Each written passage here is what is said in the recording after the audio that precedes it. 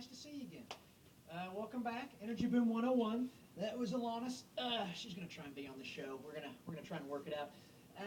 This is dispatch probably 28, maybe.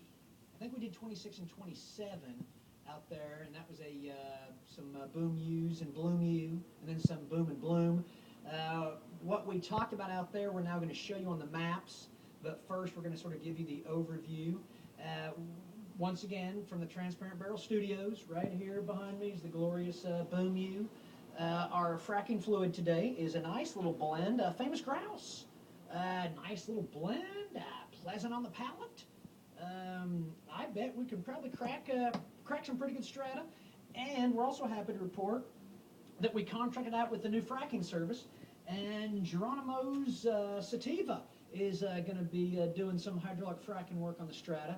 So we're looking to improve flow rates as well as probably estimated ultimate recoveries. We're wanting to book big reserves on this one, is what we're saying. And before we go into the maps and give that visual sense of yourself, the need it needs, let's give you some basic subject matter. And I want to footnote a lot of the stuff I was talking about earlier so you can see that it actually does happen. I'm not making this crap up, and it's in the newspaper. Most of these newspapers are top secret. You have to kill 17 people to read them, or you can go spend $2 and buy them each day. This is the Wall Street Journal. It's from Friday, November 15th. Lovely little newspaper. I would highly recommend you read it. It's to pay $2 a day and get the information you can get on the energy world, which is what we're doing to construct the global energy rainbow / chess match. But it's a hell of a deal, and Rupert Murdoch didn't even pay me any money to say that, and I've never even met the man, but we'd love to have him on the show. Beijing goes to the well for energy supplies. Clever headline. First off, props to the copywriter on this one. Beijing goes to the well for energy supplies. Clever. This is by Simon Hall. The writing is always excellent. You should read the Wall Street Journal just for the writing. And then if you also want to read it to learn about the energy world that's unfurling, read this, Wall Street Journal. This talks about basically that China is really getting out there and hustling up as much energy supply as they can get.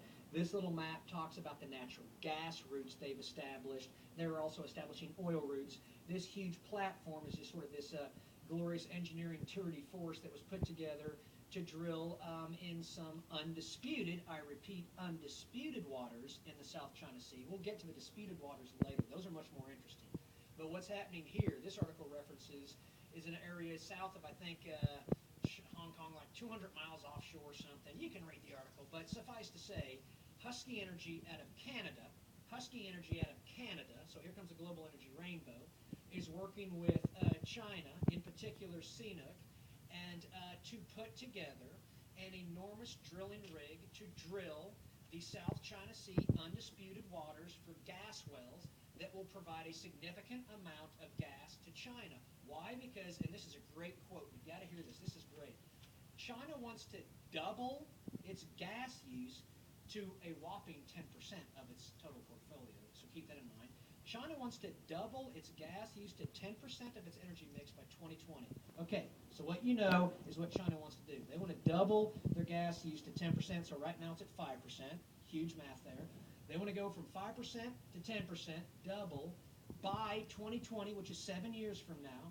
And then when they get there 7 years from now, that will still only be 10% of their entire energy mix. So they're going to want to take that 10% and double it again and again. China wants to do what everyone else wants to do. They want to run a healthier, cleaner energy world, but you got to start somewhere. Crude oils and refined sugar seem to be the way we start out in life.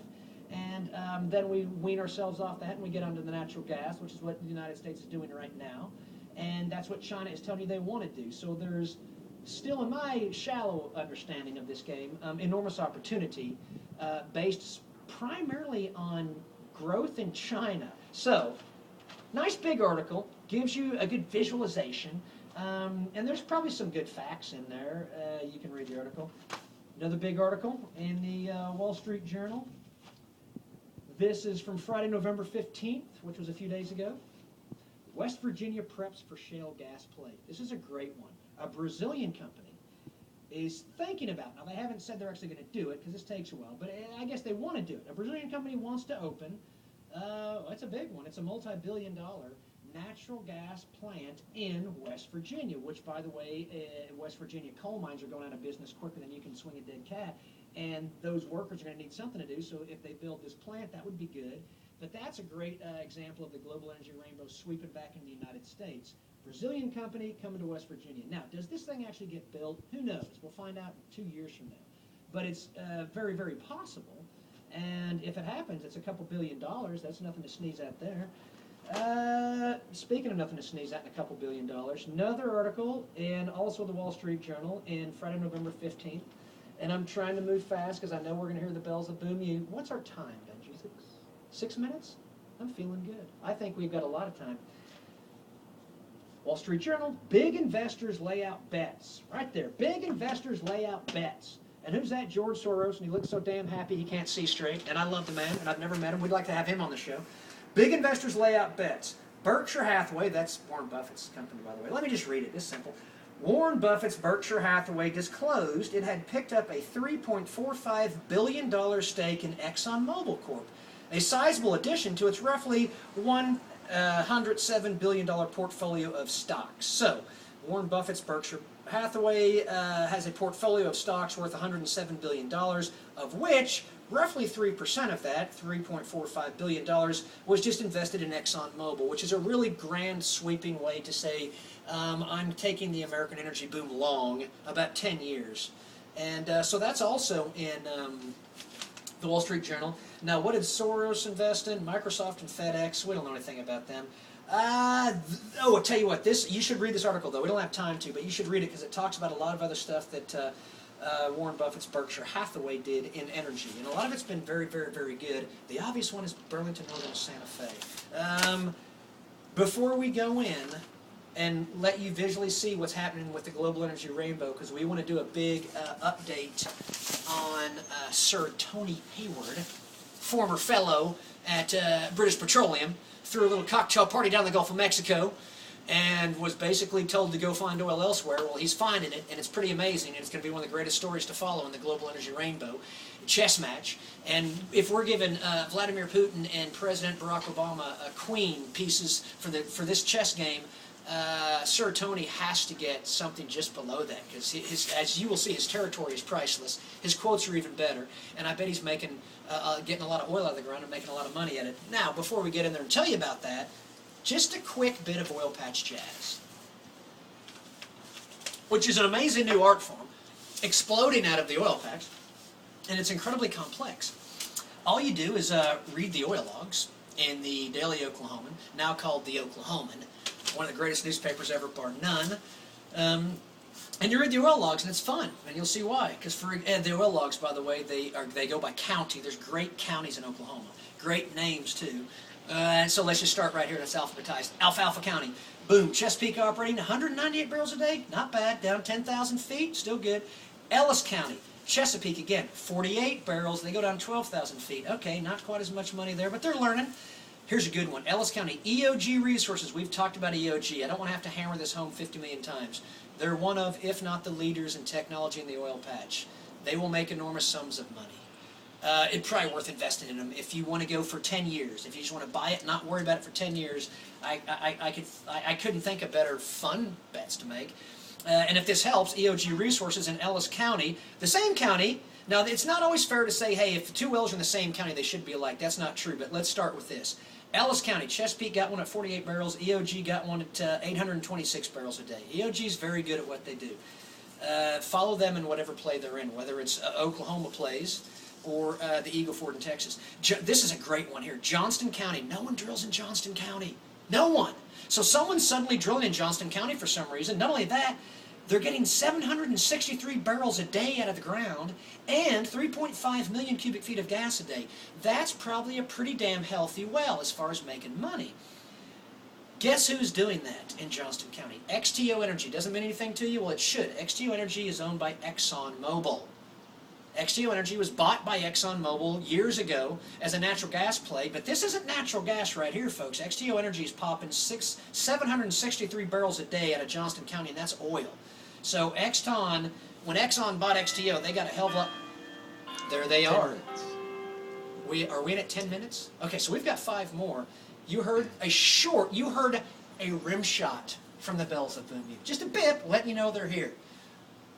As Benji has pointed out, my co-pilot on this journey of discovery, this examination of existence through the global energy rainbow. That's all this TV show is. It's not about energy. It's about how you examine your existence through the prism of energy. Boom! Trademark that. We were talking about something. Was it energy? We were talking about the bells of Boom U.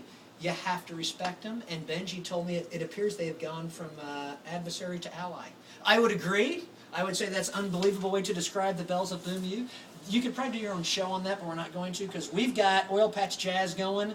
EOG Resources, trust me on this one. And by the way, XTO Energy in Johnson County is Exxon Mobil in Johnson County, and they're just knocking the shit out of it. K County, Range Production, you see them all the time, probably a small private company in Oklahoma. We'd love to have them on the show. 85 barrels a day. Logan County, okay, Logan County's just north of here, Guthrie. Devon Energy, just north of here, 20 minutes, publicly traded company, 110 barrels a day, go down 10,000 feet. Nice little well. Nothing stellar, but trust me, Devon's doing very, very well in the Mississippi Lime, and that's what this play is. And then they're going to do very well in the Woodford Shale, and they'll probably do that very well for 10 years. Nowata County, we got to start following Nowata County, because there's great shit going on up there. Brat Cooperating, great name, half a barrel of oil a day. You heard it, I'll read it again. Half a barrel of oil a day. Now, they only went down 1,600 feet to get it. So, literally, and I'm not shitting you, they could have got that in a day. And it could have cost them $7. So, we want to know the well economics. It's just like horsepower on an engine. Just because it's got cubic inches doesn't mean it necessarily has more horsepower. We want to know well economics.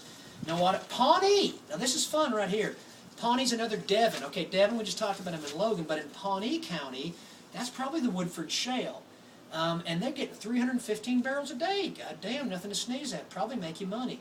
Look at this. Oh, shit. Is this live? Are we on live? This is Dispatch from the Patch 27. This is historic. Book it. I'm going to take a little slam of, I'm going to celebrate with a little slam of the grouse. Because this is public record, my friends. Payne County. Devon Energy, publicly traded company in Oklahoma City. Payne County, you can go visit them, they'd love to see you. This is probably the Woodford Shale. They went down 14,789 feet. Call them up. It probably cost them $3 million to drill that. Their well is currently producing 1,579 barrels of oil a day. This could be a typo. Maybe we should call and find out. We could call Investor Relations and say, hey, I just read this in the paper. Is this true? Would you confirm that the well, the Jardot, if it's French, Jardot, 6718N number 1 WHX well, right there, is that actually flowing at 1,579 barrels of oil a day, as well as getting basically 2 million cubic feet of gas a day? Then you can get your old TI-35 Texas Instrument calculator, and you can check out the well economics on that and see what money they're making. And you can ask them if they hedged it, have they sold it to the future already, what price did they get for it? Did they get $90 a barrel for it? And if they did, and it's bringing in 1,600 barrels a day, then they're suddenly about 16,000, 160,000, I don't know, $500,000 a day, is that right? But that's revenue, and that may not even be right. But that's the fun of Oil Patch Jazz. And I know, what's our time? 14. 5? 14. 14 minutes? You know what, we're not even going to get to the maps, and that's okay. We'll get to that in the next episode, and that'll happen later. No, let's do it. We're going to end it on Devon Energy knocking the shit out of it in Payne County and the maps. If you can do it, we can get it done. We're backing up. This is the patented trademark backup. This is where things get nutty. By the way, if Boston comes on the radio, things will explode. So Devon Energy, we're just talking about them. Payne County, Oklahoma, right there.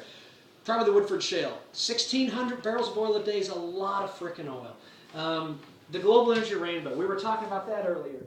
No huge updates other than Sir Tony Hayward of BP landed in Kurdistan and basically has said publicly he's making a march east from the Caspian Sea to Afghanistan, and that son of a bitch will probably knock it out of the park. We've got to follow this guy. He's amazing. Amazing part of the Global Energy Rainbow. We talked about a Brazilian company that was going to try and open up a shale gas plant in West Virginia. So you're seeing all the cross-pollination is what we would call it. We're going to have to shut this down because we're probably out of time. Thank you very much for joining us, and thanks to my mom, my dad, and Ricky and Danny and Johnny. 3, 2, 1, boom.